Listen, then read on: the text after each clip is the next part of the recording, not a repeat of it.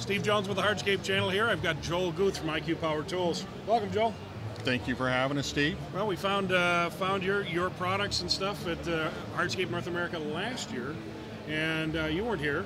I was not here. This is my first time at the HNA show. And what do you think so far? I'm surprised of how ingenious all the different types of materials are being used outside the norm that I've seen of my background in masonry construction. In Southern California? In the Western United States. Okay. As a contractor the last 25 years. So you were a large contractor dealing all over the place. I had, 2 years ago, I had 150 people working for me doing mostly government type contracts. Wow. So now you're strictly fabricating and manufacturing? Building, designing and building life-saving construction tools that we know are necessary out there because we went and searched for them and they weren't available to us. So we started to design and build our own tools and were approached by other contractors and asked to provide them with products that they could use also. Well, that's pretty neat. So the products that I'm aware of are your dustless saw systems. Yes, we started with a dustless system for a 20-inch saw, and then for a 14-inch dry saw, and then the small, more portable IQ 360 saw that you see today. Well, that's great, and obviously this is a dealer evening, our opening, but tomorrow the contractors hit full force, and you're hoping for a good show? We're absolutely hoping for a good show and a good energy here, and I can see there's a lot of growth potential. And with what the hardscape industry is doing in ICPI, promoting how to build a business, how to educate yourself, and how to draw in customers is really good. How to bid work, that's really a good thing, and I can see the growth, especially going on, the promotion going through the DIY channels, doing a really good job of getting exposure to what people can do in their backyards, and now how contractors can benefit from that. Well, it's interesting that that there aren't enough innovators developing products specific for our hardscape contractors. PaveTech and my company obviously focuses on that exclusively, and we work with a bunch of vendors to bring these products to market.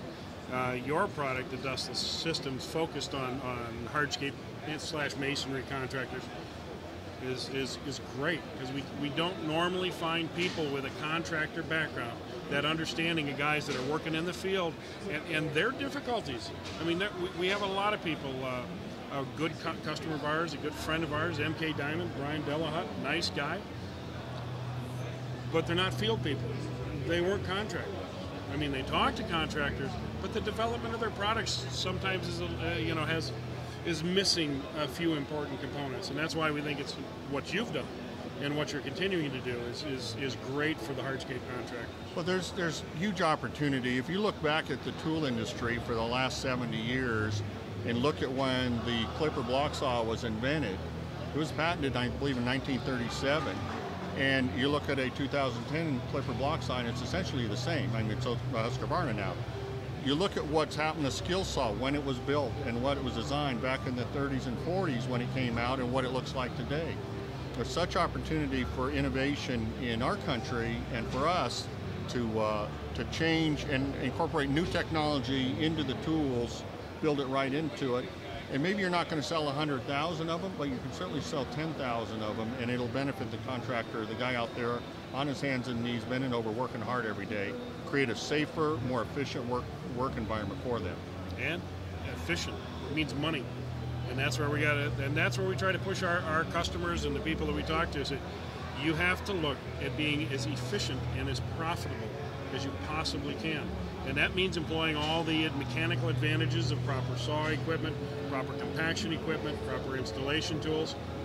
And yet we still struggle. A lot of people out there refuse. I mean, they'd rather install pavers with a bent shovel and a broken wheelbarrow. And I hate to see that happen because it's so hard on the people that are doing it that way. Well, and it's efficiencies. If you just look at using the tools properly and the tools that are available to you, safety and efficiency can go together as one. And if you create a safer environment, a more efficient environment, give a guy a clean, easier to work with, clean air to breathe, and not have the cleanup and the mess when the job's done and the mess doesn't go over the fence into the neighbor's yard. Instead of upsetting the neighborhood, you're selling another customer, potentially another job.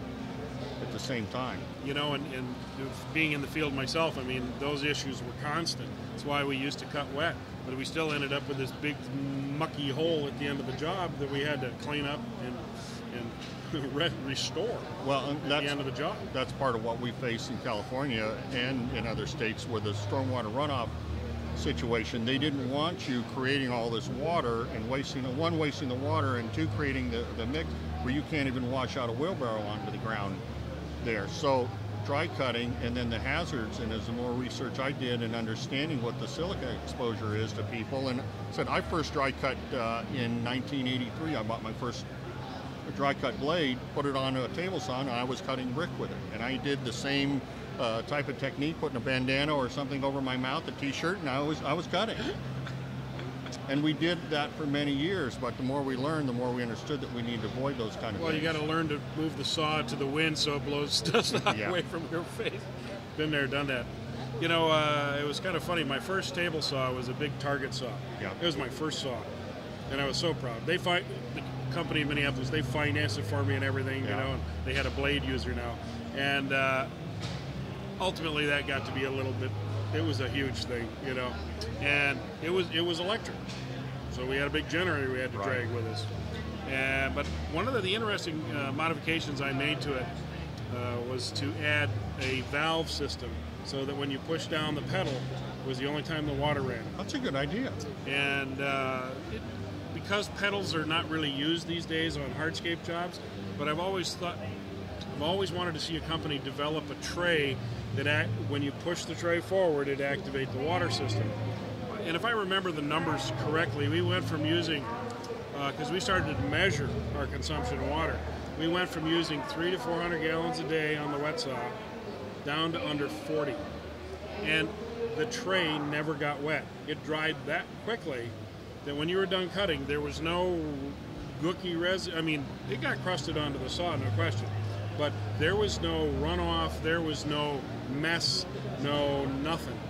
And that was fabulous. But again, I never, since I'm not in the saw business, I couldn't, and even though I talked to MK and other saw companies about saying, well, listen, they all talk about cutting wet, and I said, but that's fine, but you got to learn to deal with of reducing the water consumption.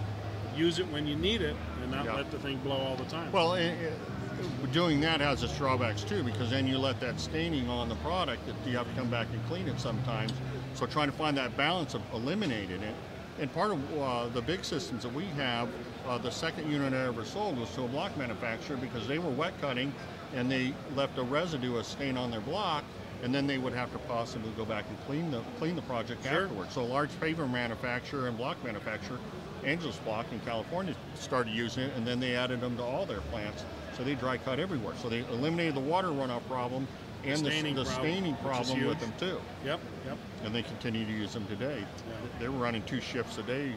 And are they still using needle valves on these silly saws? I still see those needle valves everywhere instead of a ball valve. I mean, it's hilarious. They say, well, all you got to do is shut it off every time you're done. Sit there and spin your little needle valve. Well, they're running them dry. Yeah. So they're using, no, you're Angeles, yeah. But I'm saying some of the saw companies. Oh, with the small valve.